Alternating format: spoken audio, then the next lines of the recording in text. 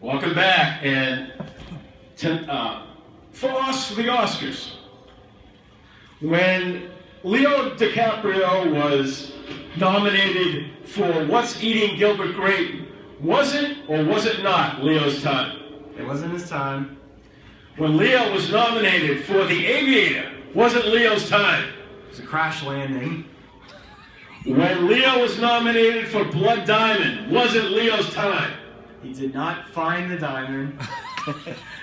And when Leo was nominated for a fourth time for The Wolf of Wall Street, was it Leo's time? It was just a penny stock. His stock didn't go up. But when Leo was nominated last night for The Reverend, it was his time. Was it not, Rocco? It was indeed his time. And did he deserve to finally win the Oscar and celebrate in finally winning? He totally did. I think he mopped the floor with the competition. There was nobody better this year than he did as Best Actor for The Revenant. And he won the Oscar because it was his time. All right.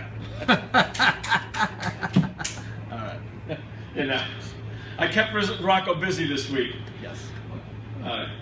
Now, for the movie review, our movie critic, Rocco Safume.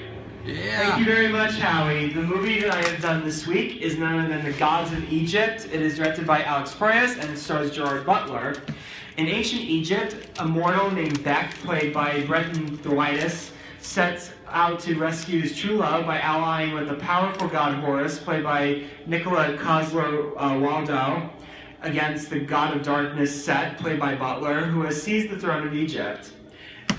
There was a lot of note about this movie because there was a controversy about the fact that the entire cast, even though Egyptians are of so many different ethnicities, if you look back at ancient Egypt history, the cast was mostly completely white. And that set off a firestorm on Twitter and social media, particularly with African Americans.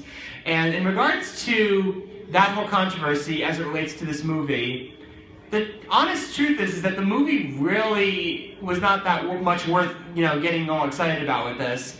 The movie, unfortunately, is kind of lackluster in terms of telling the story.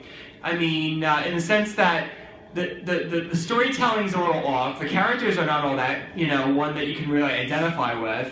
And particularly the CGI is like, for a movie that's $150 million to make, the CGI is very subpar. So this really is a DOA, dud on arrival. And I mean, honestly, it's just a clunker of a film, unfortunately. It's a movie that probably, if it had been made back in the 1960s, it probably would have had a better reception. But, you're doing a movie like this now, a lot more is expected of the audience. Characters that you can identify with, actors you can identify with, a story that you can be compelled by, and particularly special effects that are state-of-the-art. And like I said, for a movie that is of this price tag, the movie doesn't really, hold up much muster to that. So overall, this is really not worth seeing at all. And people say like with this, unfortunately, there may have been a controversy over the ethnicities of the actors, but really, this is all for naught with this movie. This movie really is not worth, throwing arms about at all. So I have to give Gods of Egypt 1 out of 5 stars. So thank you very much. Wow. Thank you, Rocco. One thing about Rocco, if he doesn't like a movie, he'll tell you why.